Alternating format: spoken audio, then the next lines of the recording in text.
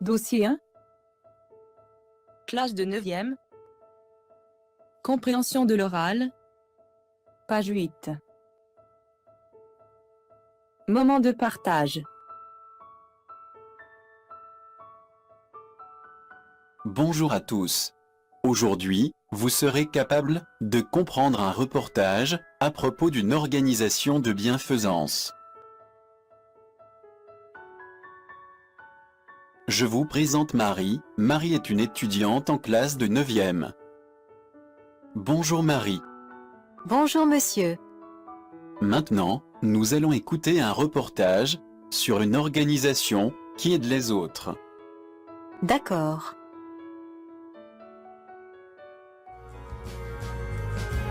Chers auditeurs de la radio MB, suite à notre reportage sur la Semaine mondiale de la lutte contre la faim, qui est à son 2e jour, l'un des participants à cette activité est avec nous dans les studios. De quoi on parle dans ce reportage? On parle de la Semaine mondiale de la lutte contre la faim. Une semaine mondiale, c'est-à-dire une action qui se passe dans tout le monde. Mondial, c'est-à-dire international. Lutter contre la faim, c'est-à-dire une action contre la faim. Maintenant, écoute ce passage.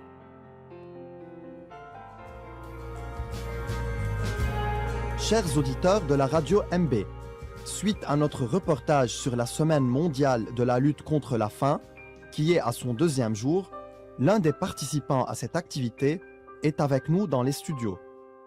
Bonjour monsieur, pourriez-vous nous présenter votre association en quelques mots? Bonjour. Notre organisation, nommée Un repas pour tous, a pour but d'offrir une alimentation équilibrée aux personnes démunies. Surtout quand on sait que des millions de personnes dorment le ventre vide et vivent dans la tristesse et le désespoir.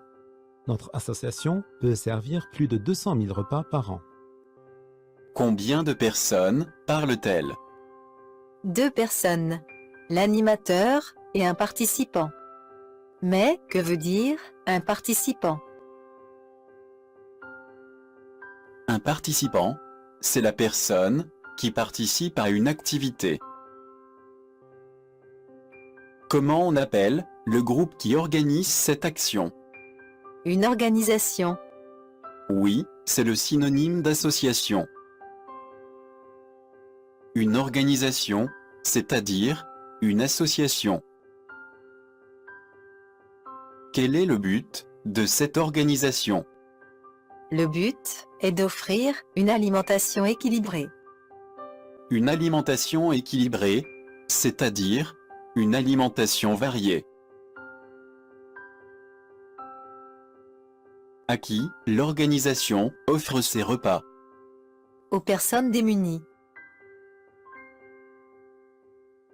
Démunis, c'est-à-dire pauvres. Quel est le sentiment de ces démunis? L'espoir ou le désespoir? La joie ou la tristesse? La tristesse et le désespoir. Très bien. L'espoir, contraire, le désespoir. La joie, contraire, la tristesse.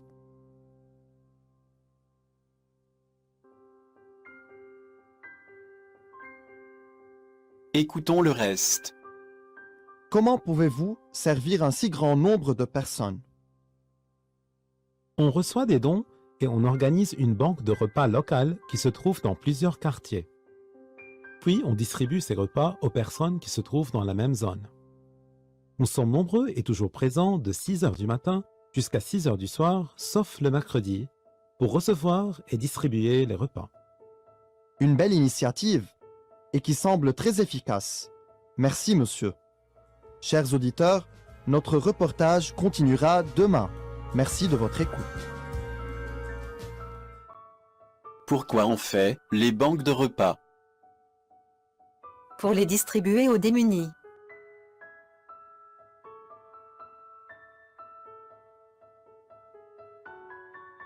Où est-ce qu'on trouve ces banques? Dans plusieurs quartiers, et on offre les repas aux démunis qui se trouvent dans la même zone. Quartier, c'est-à-dire zone. Mais comment on organise les banques de repas? L'organisation reçoit des dons.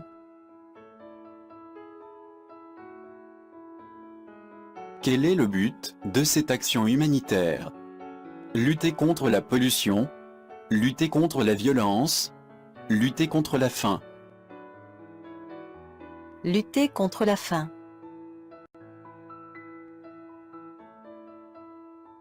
Comment on a trouvé cette initiative? Cette initiative est efficace.